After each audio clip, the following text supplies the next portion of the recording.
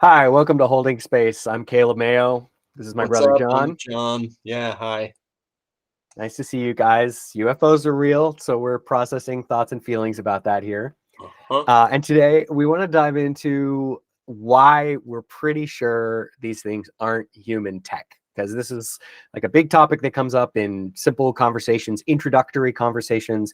And because it's kind of a beginner topic, we're going to cover that first before we pivot into some news and maybe stories and any other shaggy stuff we feel we still have time or mental oxygen for at the end of this establishing logic.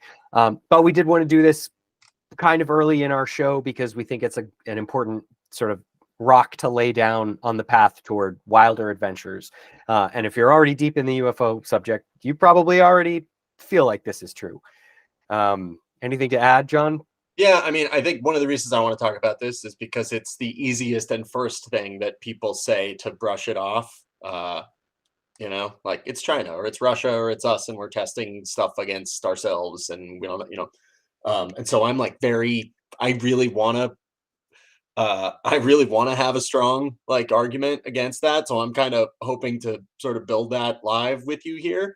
And I guess I think our priors here for both of us, based on all the reading and listening that we've done, is that like these are not adversarial tech and they're not our tech. Um, so I don't know. That's our prior, and that's maybe our blind spot. And I guess like I'm hoping to leave this feeling like we've convinced ourselves, or like have arguments that feel like they hold up. So um, let's see if we can do that. Okay, that sounds great. I'd love to start with my hip pocket argument, and then we'll see if it holds up at the end of our longer dive. My very short answer to this cocktail party elevator pitch style is we think they're not human tech because our pilots are telling us they look like no technology that we have or we're developing. And our pilots have been telling us that for decades, going all the way back to at least the 40s and probably before. And so I want to dive into the details of that. I just wanted to say at a top level, that's, I think, the short answer why we think they're not human tech. And if you want like a great direct example of this, the David Fravor statement, I think maybe at the beginning of his testimony to Congress, sums up really nicely his feeling that he saw a piece of technology that was way more advanced than anything we currently have or anything that we're developing, as in over the next couple decades might have available. And I probably should have said that David Fravor was the lead pilot in the encounter off the Nimitz with the famous Tic Tac UFO. So, do you have a thing to bounce off from that? Oh, I think we have the same top line. Let's start digging into it a little bit. Um, Okay. yeah. So okay, so the first main reason that we are convinced that this is not human technology is that our trained observers, meaning like radar operators and pilots, say that this stuff is way beyond our capabilities. And they've said this stuff publicly. Uh, and then I guess you can tack on to that just like you know, the the multitude of reports, hundreds, if not thousands of reports that contain details about ships doing things that are currently impossible to us. Do you want to maybe talk a little bit about like what are the behaviors that we hear commonly? Yeah, that sounds good. So, for one thing, they're coming down from 80,000 feet and descending in like a matter of seconds. It sounds like Fravor says to Congress.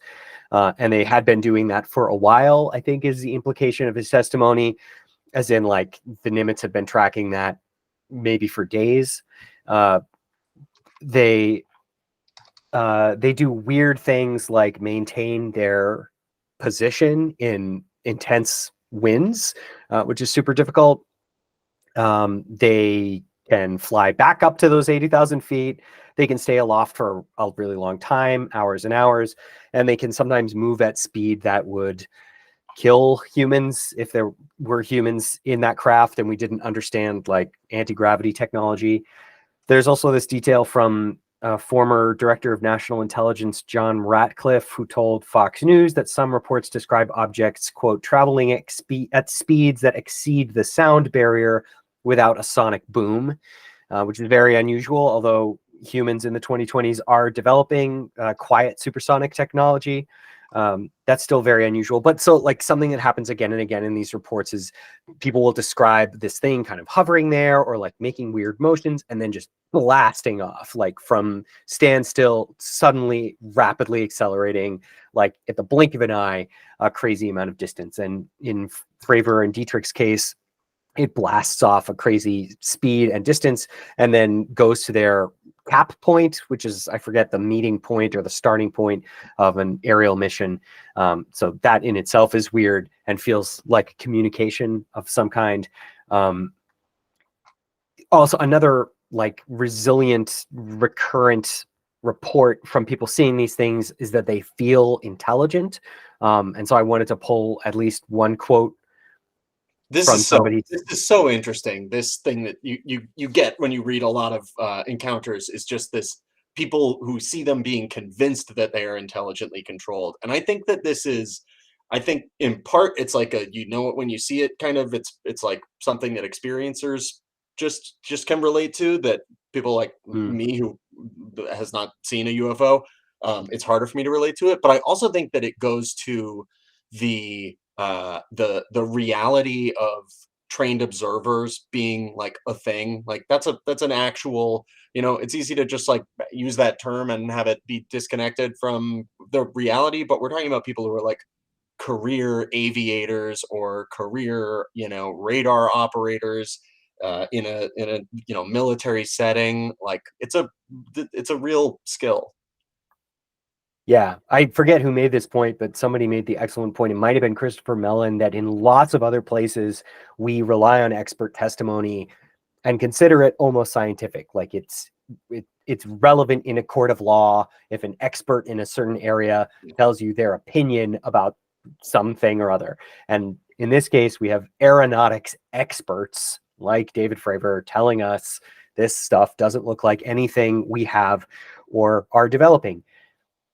Also important that Fravor saw the Tic Tac in 2004, which throws a little cold water on some of the more recent technology developments, potentially accounting for this kind of stuff. But I Yeah. think we'll maybe circle back to that because that's a broader point.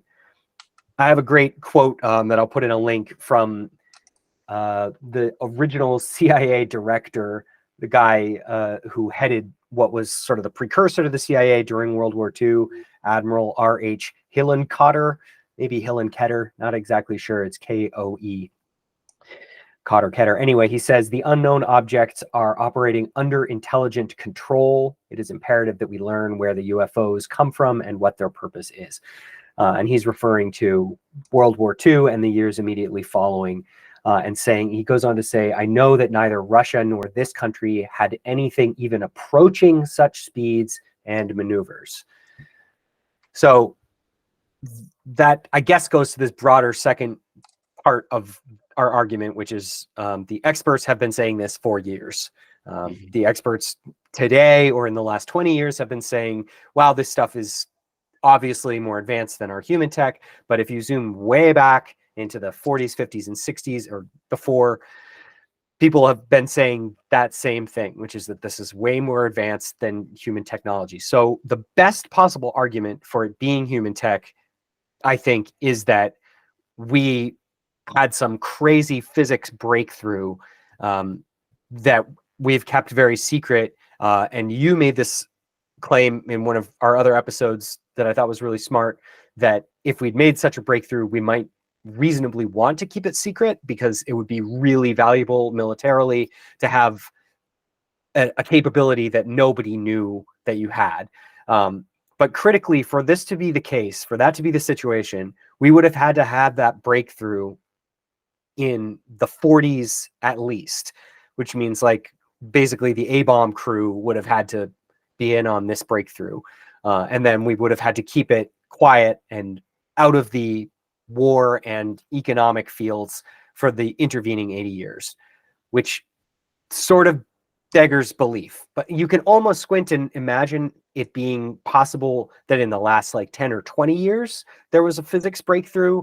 Like one of the congressmen pointed out that the Higgs boson was only discovered like 10 years ago. And maybe we did something really cool with that. And that's a reasonable thing to say and to think, but it can't explain something from 2004. And it definitely can't explain something from 1944. I rambled a little. You want to go? Yeah, are we kind of shifting gears into talking about like the consistency of reports over decades? Yeah, sure. Did you want to maybe talk about the Iranian event? Yeah, sure.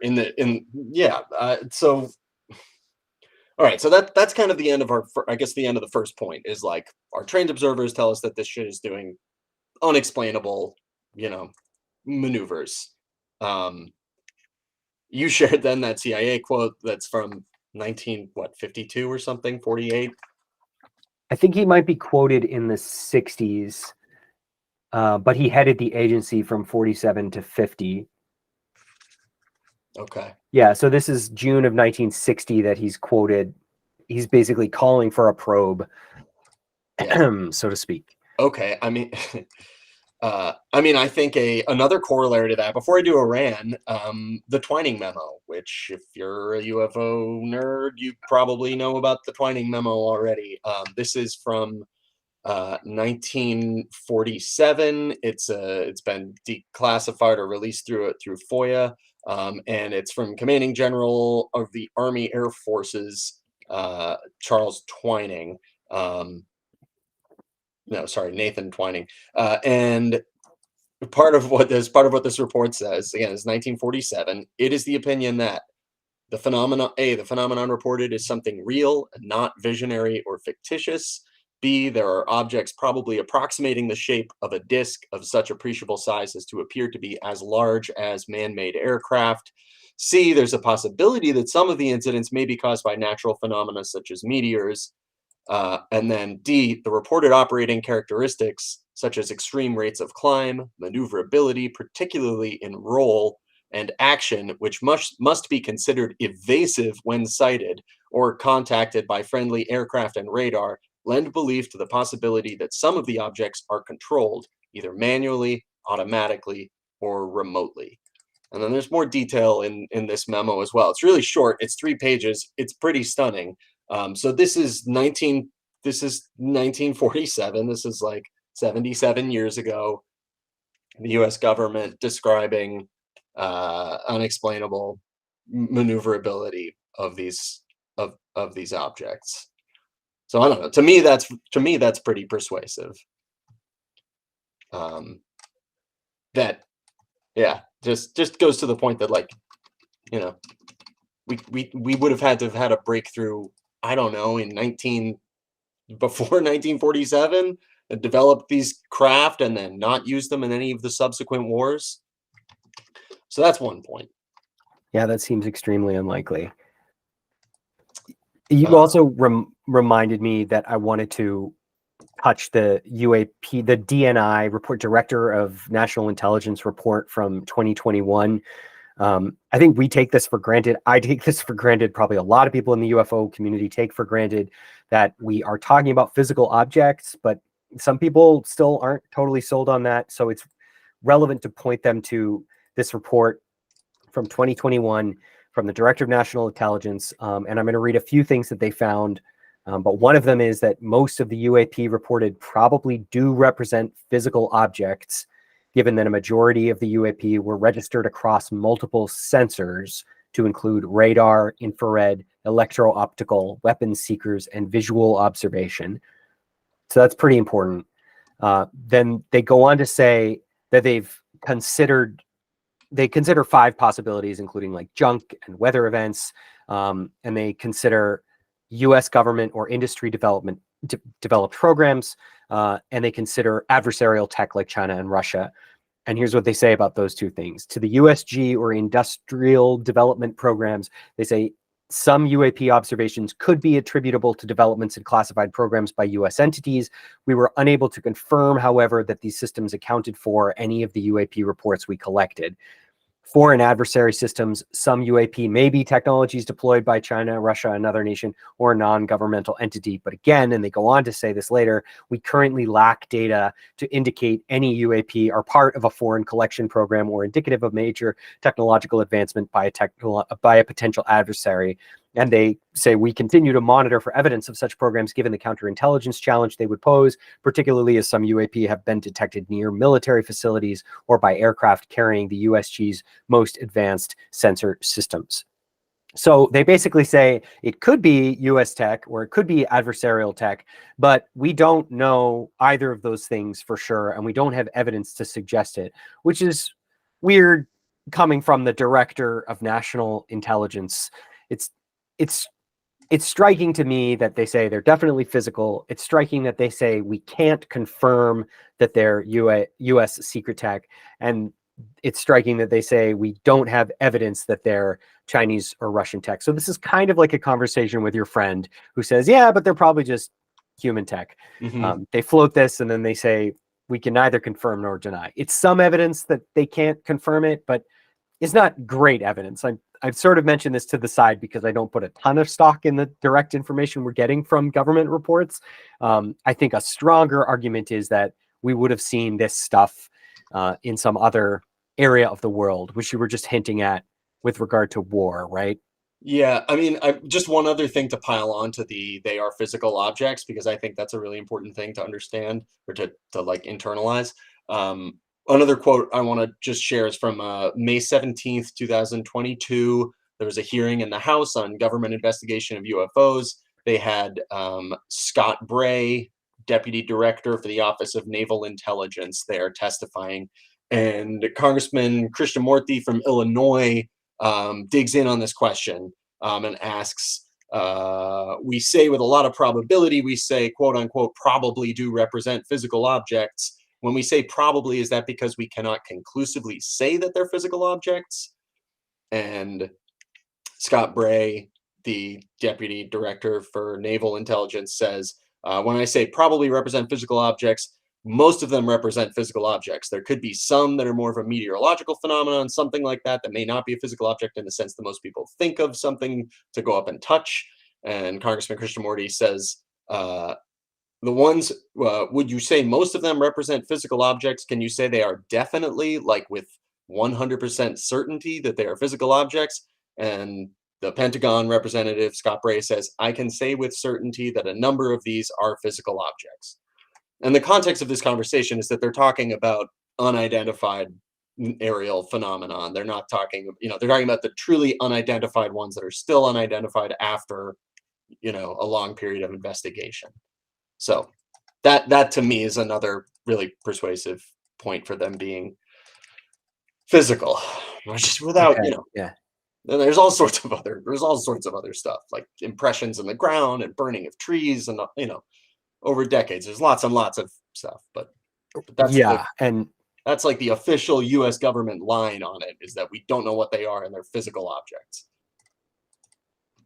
okay, yeah, that sounds good. And I would just say for people who are interested in further reading on that, the UFO Experience by Hynek, who headed Project Blue Book for years, has some good data on physical trace evidence. We can share a PDF that we've been reading a little bit with good examples of physical trace evidence, like indentations in the ground or burned grass. And this is also something that Leslie Kean covers in UFOs. Generals, government officials, and pilots go on the record, which is our favorite book, and we'll put a link to that also. So we basically consider it settled law that these things are physical objects. But if you're not there yet and you want to learn more, you can go to any of those places and find them and find more evidence supporting that case. Okay. Well, yeah. What? Please. I wanted to just put somewhere in the hopper this recent discovery of plasma effects. There's been like science chatter about this like weather phenomenon that I think it seems like a lot of the anti-UFO. I don't want to call them skeptical community because I don't think that's a fair term for them, but like UFO skeptical community has been pointing to this and saying, oh, maybe it's all just this weather phenomenon. And I think there's probably a bunch of stuff we don't know about in the atmosphere, and there are definitely like lightning effects that over the years we've discovered, like sprites and ball lightning that do very weird things and look very strange. And that's one of the reasons that I think it's so important to keep listening to our aeronautic experts when they say things like this thing exhibited intelligent behavior, like it was mimicking my behavior, or like Fravor says about the Tic Tac that it spirals up out of the water and then meets them face on and then blasts off. And that's obviously not a balloon. Like, as Ben Rhodes, the former deputy national security advisor, said, you ever see a fucking balloon do that? Like, no, you haven't. And it's almost certainly not one of these plasma things either. The plasma things are interesting, but they're, I don't think, going to explain sufficiently this intelligent seeming sort of like interplay that some of these devices are having. I'm going to share just a couple more quotes that I think help make this argument that they're not foreign tech. One of them, like you mentioned, it comes from the 1976 Tehran encounter, which is like a pretty widely reported one. So with this guy, Major Parviz Jafari, squadron commander in the Iranian Air Force. There's a giant glowing diamond in the sky outside Tehran. So the Iranian Air Force scrambles an F-4 jet flown by Major Jafari, and who then goes on to write about this in Leslie Kane's book. So he goes and intercepts the thing. His equipment malfunctions, yada yada yada. After the encounter, Iran writes up a little report and they send it to the U.S. And the U.S. then Defense Intelligence Agency, or the Department of National Intelligence, whatever the DNI is, they Director of National Intelligence. Yeah, there The name you of that go. office.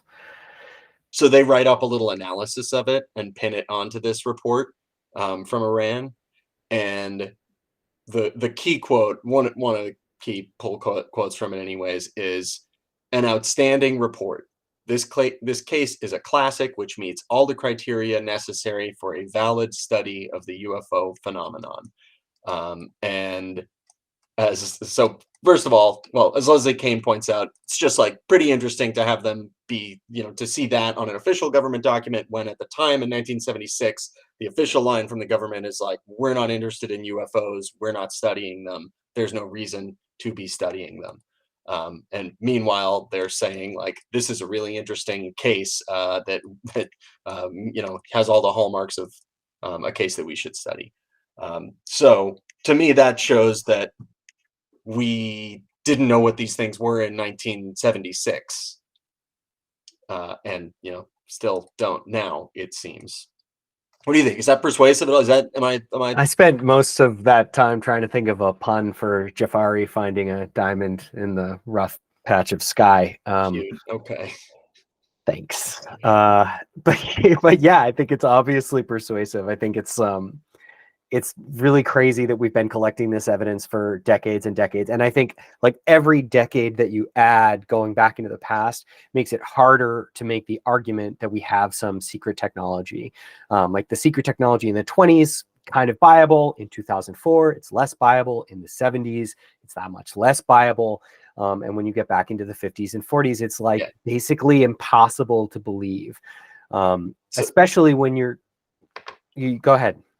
Well, off of that point is the next quote I wanted to share, which is something Lou Elizondo, the former director of ATIP, said to GQ. He said, I have in my possession official U.S. government documentation that describes the exact same vehicle that we now call the Tic Tac being described in the early 1950s and early 1960s, and performing in ways that frankly can outperform anything we have in our inventory. For some country to have developed hypersonic technology, instantaneous acceleration, and basically transmedial travel in the early 1950s is absolutely preposterous. So that's what Elizondo says. Yeah. That's really freaking crazy. And I think Yeah, that go just ahead. connects to another reason that we can believe that these are not adversarial tech. It's just, I don't know. I guess a small one is just like people who are in a position to know that are speaking out and saying that it's not that. And I would say Elizondo is one of those people who's like literally leading the Pentagon's department investigating UFOs at some point. And then David Grush is also saying that, and he's like one of the most highly cleared people in our government at a certain point.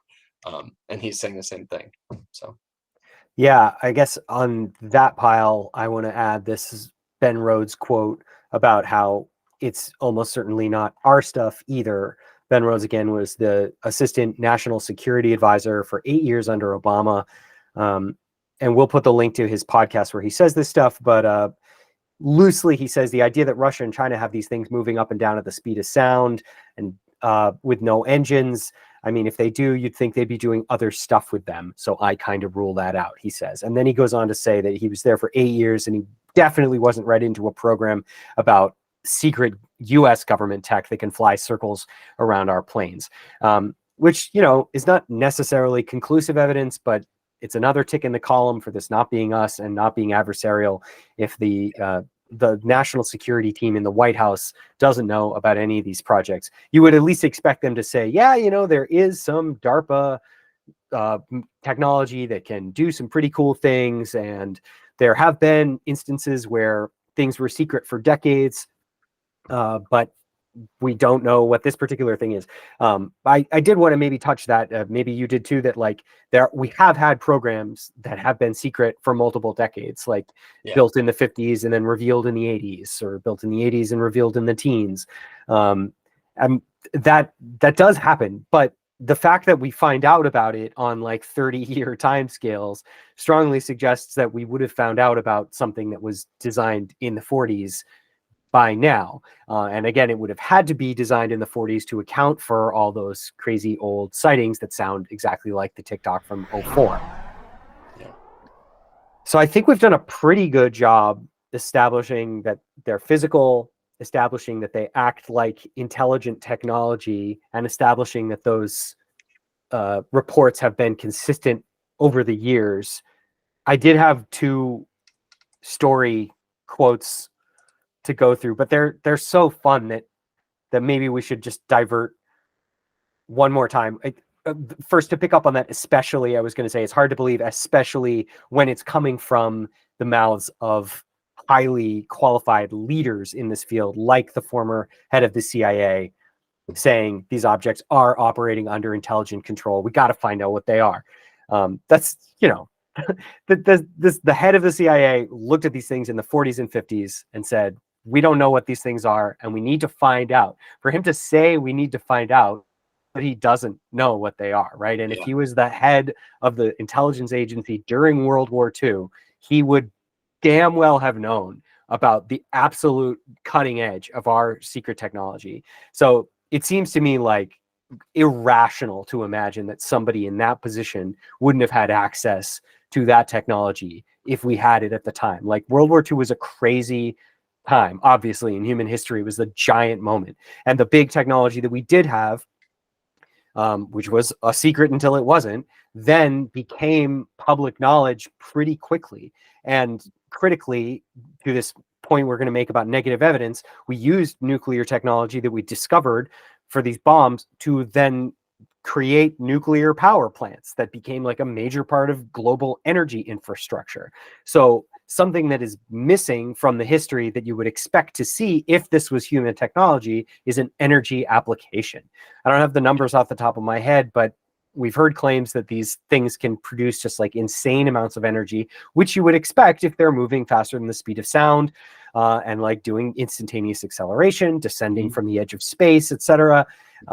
They clearly need a huge amount of energy. So not only is it weird that we haven't seen these things in war if we had invented them, but it's also like it beggars belief to imagine that we would have invented such an incredibly powerful energy technology 80 years ago and just completely walled it off from the rest of our economy and not used it in any way. And the only possible explanation for that would be your take about how it's super valuable to have a piece of technology that your adversaries don't know exists. And it would have to be, incredibly valuable for you to never use it. And I don't find that that just doesn't hold a lot of water with me, but I want to point to it because I think it's the best possible argument for human technology that we have kept secret this whole time. Like, we just never felt like we had an existential crisis and had to use this technology. I think that's like not how war works. And I think we would have used it in Vietnam. And I think we would have used it in Korea. We definitely would have used it in Vietnam because we lost. Like, the America got driven out of Vietnam. Obviously not a historian. We would have used it in Iraq and Afghanistan. We would be using it today in Ukraine, but also we would be powering our country with it for far less expense, both financially and environmentally, than we currently exert on fossil fuels. Yeah. Rant pause. Uh-huh. I'm convinced. I mean, so yeah, I mean that I think this is to me one of the most persuasive arguments here, is that combining the idea that combining the time frame of these sightings with with the idea of like using technology in wars or in the economy. It's just like unbelievable that we would have this tech and not use it. I agree. So is it a good time for the old-timey stories now? Yeah, I think so, right? Yeah, I think so. Okay, cool. I should say off the bat that these both come from UFO drawings from the National Archives, which is an This book, awesome, wonderful book that really you cool got for book. me. Thank you. We strongly recommend it. We don't have an affiliate program, but if we did, we would be selling these. They're super. It's got like a ton of hand-drawn art Yeah, that's do you want really to just cool. explain what it is? Yeah, it's a collection of declassified reports to the UK government over the decades that they conducted this collection. People would write and call them, and then they would submit their hand drawings of the things that they saw. Only a couple instances came with photographs, mostly their hand drawings. So I'm going to show you one as part of this story, but here's like a great double page splash of just like the kinds of things people submitted. So freaking cool.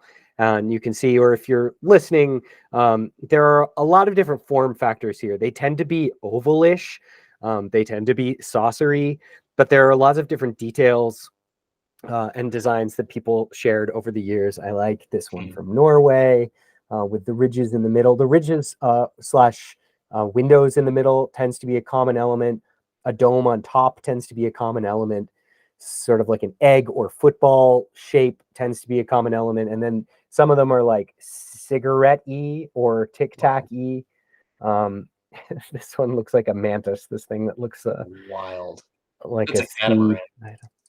yeah, UFO catamaran. Okay, but so now I'm going to read two stories, one of which has a cool piece of art to go with it. And this is kind of to help make that point that these crazy sightings were happening way back when. So this one is from September 1952, and it's by Flight Lieutenant John Kilburn, who's on the airfield at the Royal Air Force Topcliffe in North Yorkshire, alongside a group of Shackleton aircrew from 269 Squadron. They're among 80,000 military personnel from 8 countries, part of a massive NATO exercise, which was simulating a Soviet attack. So they're looking up, and they see a meteor jet. Meteor is like a kind of jet approaching the airfield at 5,000 feet. Then one of his colleagues noticed something extraordinary, a silver circular object much higher in the sky that appeared to be following the meteor. And again, this is not a meteor, it's a jet called a meteor jet. Initially, the men thought that it was a parachute or a piece of engine cowling that had detached from the aircraft. But then suddenly, the object descended, swinging in a pendular motion, similar to a falling sycamore leaf, they said, towards the jet. Then it began rotating on its own axis. Look at that thing, dude. It's rotating. Before it accelerated away to the west at a speed, quote, in excess of that of a shooting star, which I love as a description and totally rings true with things that we've seen. We all know how fast shooting stars go. They're pretty zippy. That's very And poetic. A sycamore leaf moving faster than a shooting star. somebody's taking poetry classes. This is lovely. So that's 1952 on a British airbase. And this is the same year that Churchill was told there was nothing to worry about when he asked, what's going on with these UFOs? So that was a worrisome report when it came up the chain, because it was, by an official member of the Royal Air Force, somebody people trusted. And that sounds pretty similar to some stuff that we've heard recently, like specifically the instantaneous acceleration sounds a lot like the Tic Tac. And again, in 1952. Okay, so then there's one more here, and this is kind of like the Foo Fighters. We're going to maybe dig into Foo Fighters another time. But the short story is that like World War II pilots sometimes saw these mysterious lights pursuing their aircraft during night raids over occupied Europe. For a while, they thought they were like advanced German technology, but eventually they figured out that they couldn't have been. And I think German soldiers saw them too, but citation needed on that. But this one is like slightly different, but it's still happening during the context of World War II. We're talking about here Ronald Claridge, DFC AEA, and he's writing to his Minister of Parliament in 2003 when Ronald Claridge is 90. He was an amateur artist in his retirement, and so he produced a stunning watercolor that will be the button of this little story. And he describes that he and 8 other members of his Lancaster crew saw an object one night in the summer of 1944. He was the radio operator in the bomber he was flying, commanded by Brian Frow, who was then aged 21. Good God, war is crazy. Flight commander of the number 7 Pathfinder Squadron. On the night of 11th of August, they were returning from a raid on oil refineries in southern France at about 25,000 feet when the radar malfunctioned and Frow called out, "What the hell is that?" Moving into the Astrodome for a better view, Claridge saw, quote, an enormous string of lights on course with us at about a distance of 1,000 yards. The lights, quote, like portholes on a ship, end quote, appeared to be the edge of an enormous disc-shaped object. The crew were stunned into silence, but 50 years later, Claridge could still remember, quote, a feeling of complete calm and happiness that pervaded the aircraft, so that even our gunners, who would normally open fire, were helpless. After 3 minutes, it suddenly shot ahead and was gone, leaving no noise, vapor, or turbulence in its wake. And that's the picture that John is showing now.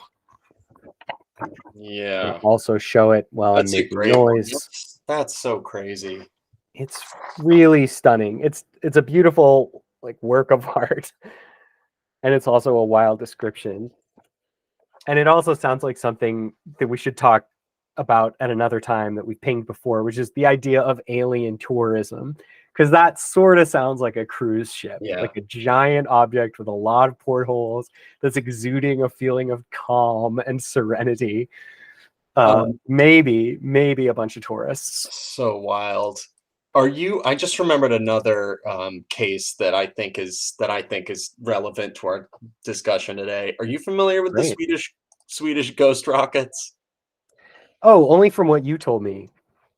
So cool. So basically in 1946, from a period, let's see, like between like February and August in Sweden and also Finland, there are these like rocket shaped objects that are like coming down from the sky and going into a lake, in many cases going into a lake. Sweden's freaking out about them. They ask England if they're like testing new tech. England says no. They ask America. America then is very interested in it.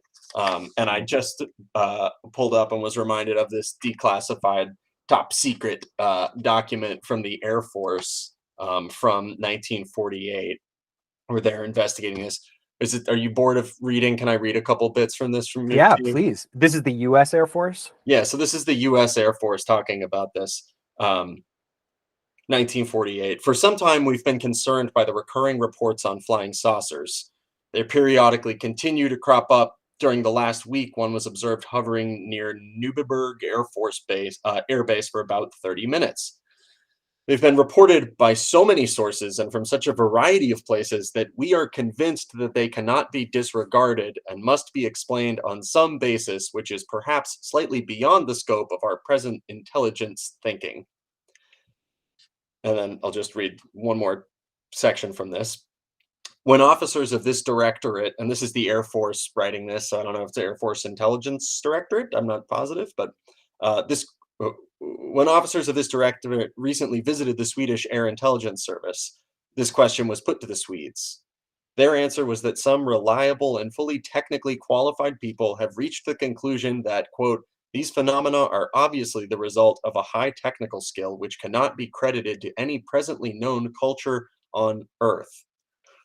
They, the Swedes, are therefore assuming that these objects originate from some previously unknown or unidentified technology, possibly outside of the Earth. And then there's like another paragraph, and then they end by saying, we are inclined not to discredit entirely this somewhat spectacular theory. Meantime, keeping an open mind on the subject. What are your reactions? So that's the U.S. Air Force describing, and they're talking about they're describing crazy maneuvers again, that kind of thing. And it's the U.S. Air Force again, and this time in 1948, saying we don't know what these are, and we can't say they're not, extraterrestrial technology. That feels like it happens more as you go into the past of these archives. I don't know if you've had this experience, but Totally.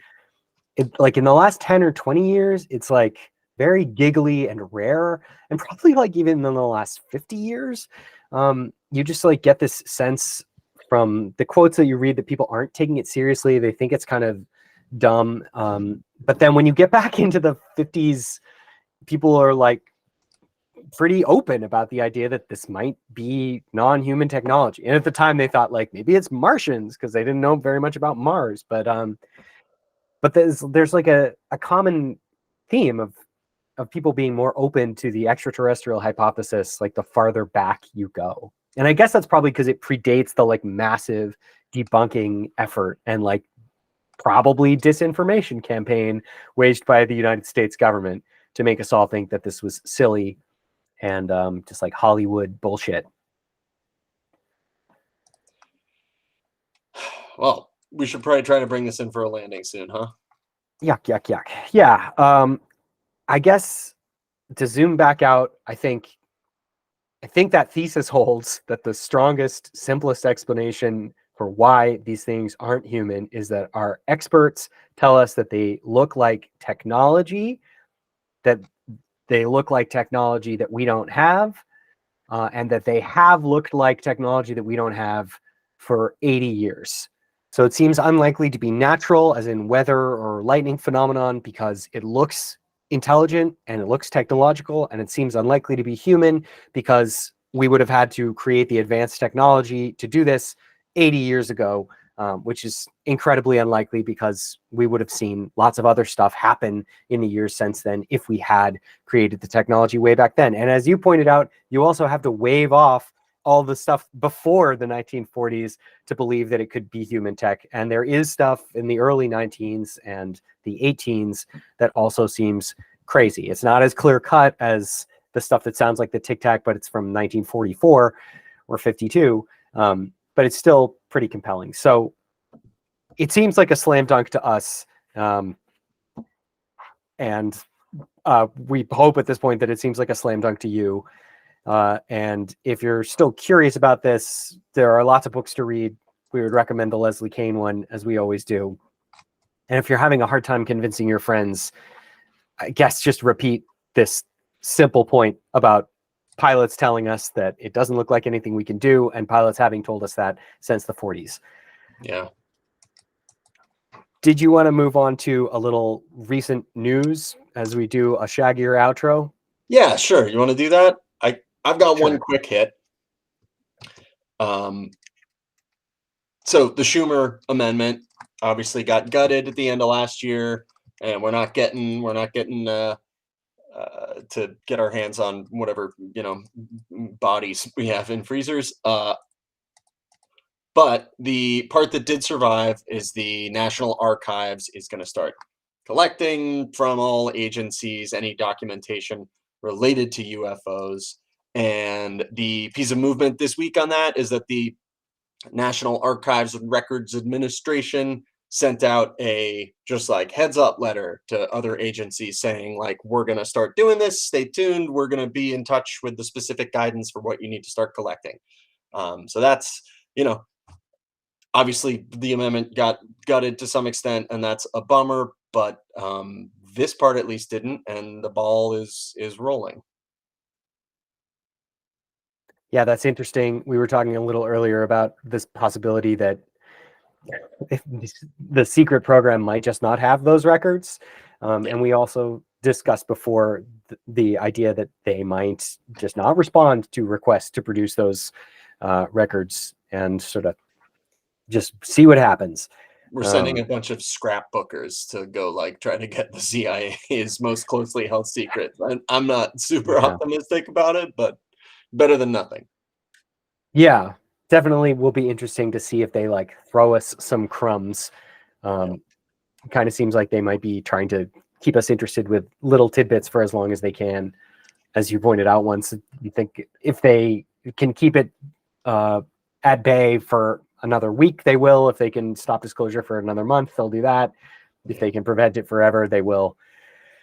But they'll just kind of do anything to drag their heels. I'm not expecting anything from that, to be honest. But maybe it'd be cool if there were some like reports like the ones that the UK released about like things that people had called in and reported themselves. Maybe there are like other interesting bits of the archives that are just like UFO reports from over the years from various places.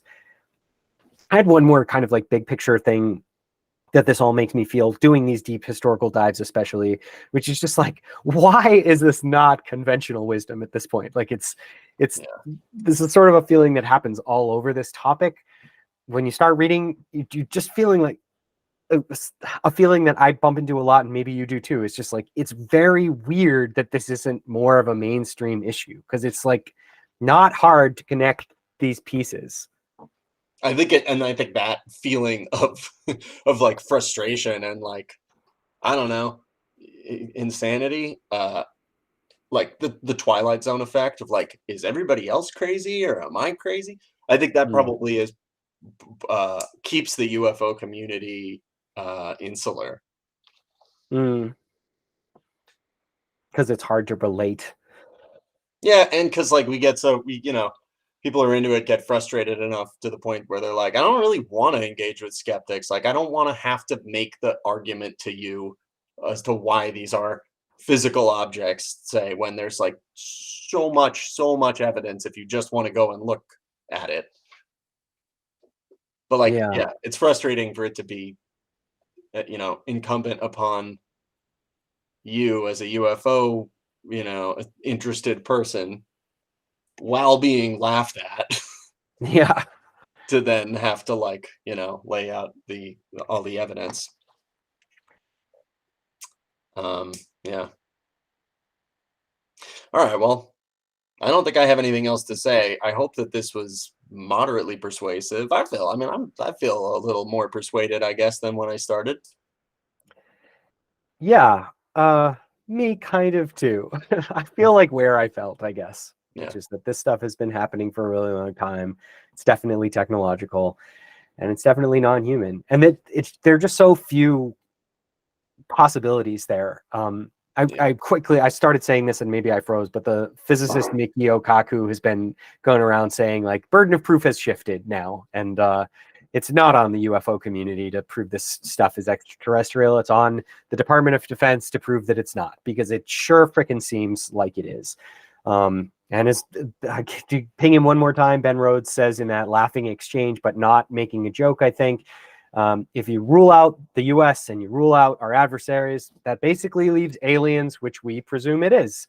And whether or not they're aliens from other places, it doesn't really matter. Like, maybe they're from the Andromeda Galaxy, maybe they're technological fairies, maybe they're humans from the future. It doesn't matter. There's only non-human intelligence. If it's not the US and it's not foreign adversaries, but it is intelligent technology, that has to mean that it's some non-human intelligence. Anyway, I just want to say thank you for watching this show, and we had a really good time making it. And we'll put all the links in the places, and I think I'll make the thumbnail that picture just in case people listen instead of watching, because it's a really beautiful painting from World War II. Awesome. All right, thanks, man. Yeah, thank you too, dude. See you later. Bye.